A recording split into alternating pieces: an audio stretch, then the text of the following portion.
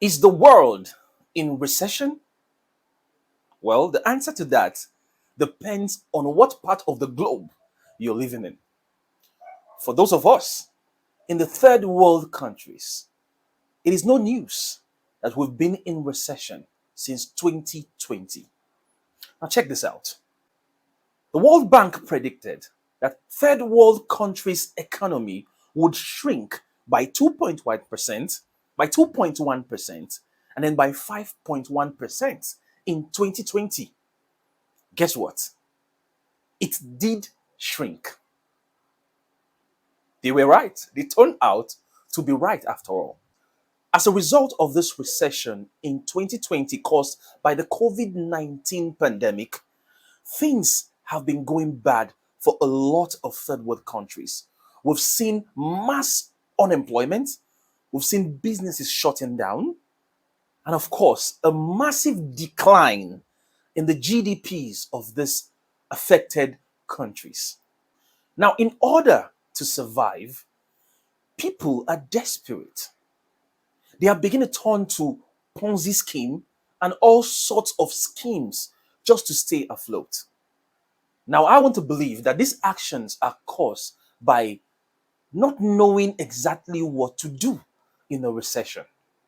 Because I'll be sharing with you in this video 4 financial proven secrets or principles that will help you stay afloat. In fact, even maximize profit in this recession. Now, don't forget to click the like button, and of course, don't forget to click on the bell notification icon so you don't miss out on my weekly videos. What does it mean when you are in a recession? Now, if you Google this up, this is the definition of recession you would find. In a recession, gross domestic product contrasts for at least 2 quarters, that is 6 months. Now, in a typical recession, the GDP growth will slow down for at least several months before it turns negative. Now, there is a thin line that separates recession from depression. Now, what does this mean? A recession typically does not go beyond 11 months. 11 months. When it goes beyond 11 months to a year, then 2 years, it is gradually sliding into a depression. And looking at what is happening with third world countries after the 2019 COVID-19 pandemic, it is safe to say recession has stretched for 2 years in majority of third world countries. Now, could we say that they have gradually slided into depression? Now let's go into how to profit from a recession. Before I discuss these 4 ways to profit from a recession, permit me to say that the secret to living a successful life is so simple that it passes the ears of the poor repeatedly because it is considered nothing. Now, these 4 principles might be so simple and you might even have heard of it. The reason why it's not working for you is because you've not put them into practice. And that being said, number 1, cut down on your spending. I came across this interesting quote in a book. I can't remember which right now. It says, there are 2 ways to be rich: by earning more than you spend, or by spending less than you earn. Of course, when a recession, I think it would be wise for us to go with the latter. Spend less than you earn. Now, this is so simple because it has worked for me in time past. But don't let me go into stories. There are 3 things to consider. Always seek ways to fall below your budget.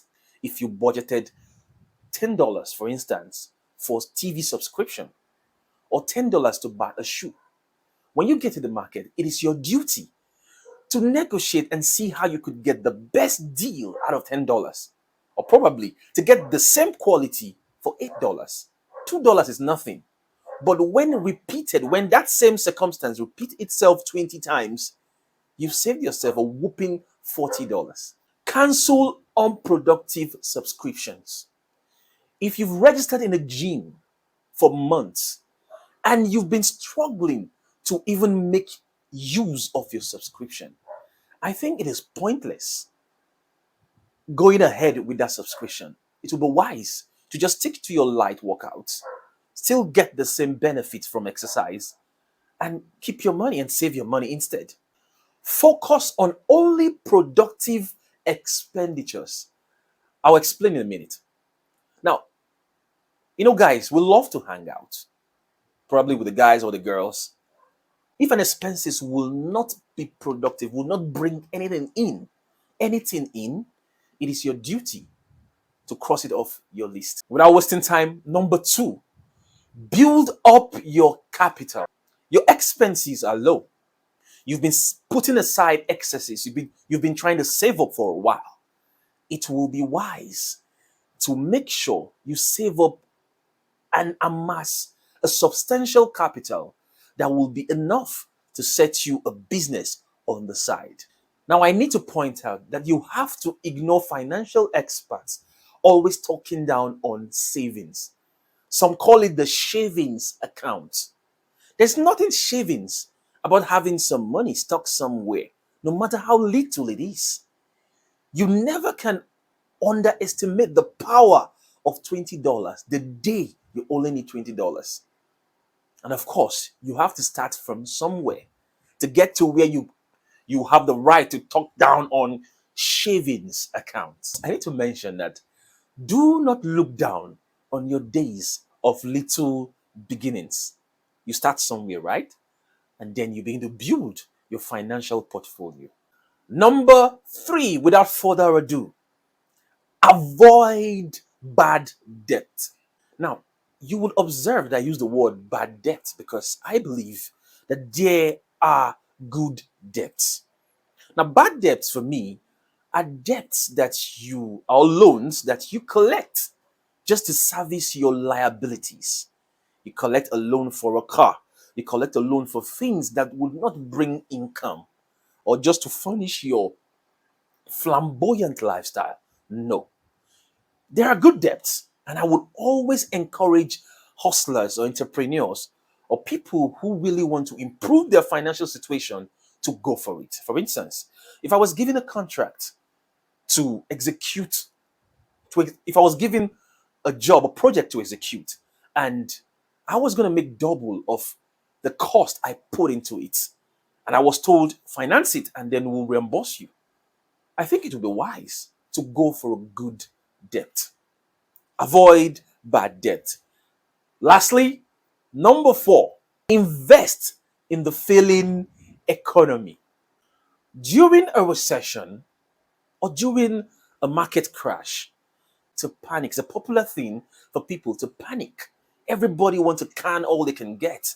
If I have a house and there are rumors of that the house, let's say the house is worth $10 million or 10 million naira, and there are rumors that if things go as bad as the experts are predicting, I could lose over 90% of my money in that house.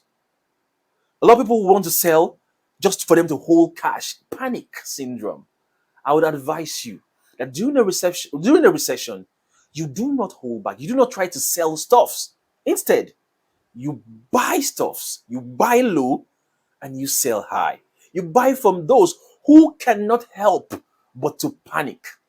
You buy from them because most times they are always on distress sale. So you buy from them low, and then when the market comes back, because don't forget one thing, the economy would always bounce back. It gets worse, but it will always bounce back. It is not like this, always going bad. It is like this, like this, like this.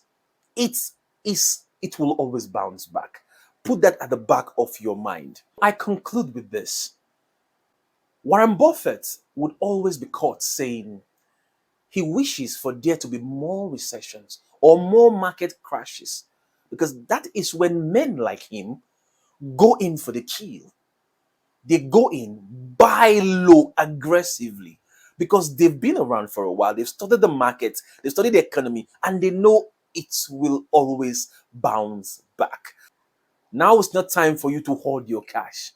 It is time for you to get out there and to look for what to buy low that would sell high when the market bounces back.